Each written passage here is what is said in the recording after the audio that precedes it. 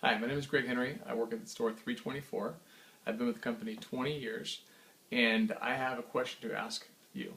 The question being, why are DTCs rejected or expired? What's the point? And I don't understand the reasoning behind it. If you could explain it to me, I'd really appreciate it. The point being, if you put a DTC in for a customer, you've sold the item to the customer, you've sized them the item, they want it, they're paying for it to be sent, which we offer, which is one of the selling tools that I use in the floor, along with many other salespeople, especially in the shoe division. And being from a smaller store, we don't have the amount of inventory a lot of other bigger stores may have. So we do a lot of DTCs on average, anywhere from 5 to 10 of them a day easily. So when I do DTCs, I expect them to get filled. If there's 45 in the company, 30, 25, I put them in. And what I've noticed lately is I'll come in, I'll have a day off, I'll come in at that day off and there'll be 5 of them rejected. I've put in 10, 5 of them have been expired or rejected. My point is, why are they getting expired? Why did they expire? I don't see a reason why there should be. Some of them you can resubmit, but even the resubmit sometimes won't let you resubmit them, even though there's still 30 or 40 of them left in the company.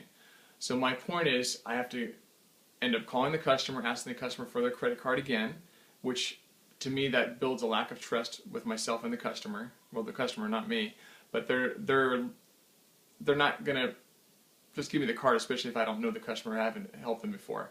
So it's kind of like, I'm asking for, are they asking for to pay this again? Are they asking for my credit card to charge another item again? Because on their card they'll look it up in their bank statement at home when I'm on the phone with them, and they'll say, well, the charge is already here.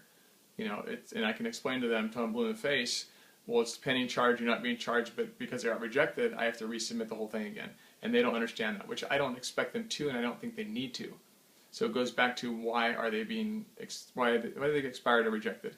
I don't feel there's a need for that. And same goes as if you put one in the system and it gets rejected or expired, they get an email sent out saying that the item's no longer available, which in some instances it's not, but usually 99% of the time it is available, and you just have to go back and resubmit it, or again call them up and get their credit card and redo it again, which I don't feel you need to do that.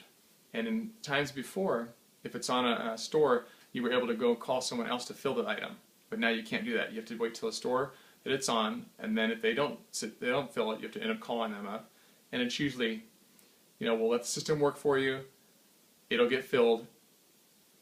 5 times out of 10 it doesn't get filled, or greater, depending on the time of year, if it's busy or not. So it's just easier as a salesperson, easier for the customer to realize that they put a DTC in, it's going to get filled. If it's a low threshold, we have to call it in anyways. So I get that part, but the part I don't get is, if it's not at the low threshold, you put a manual DTC in, you expect the system to work, it does not work.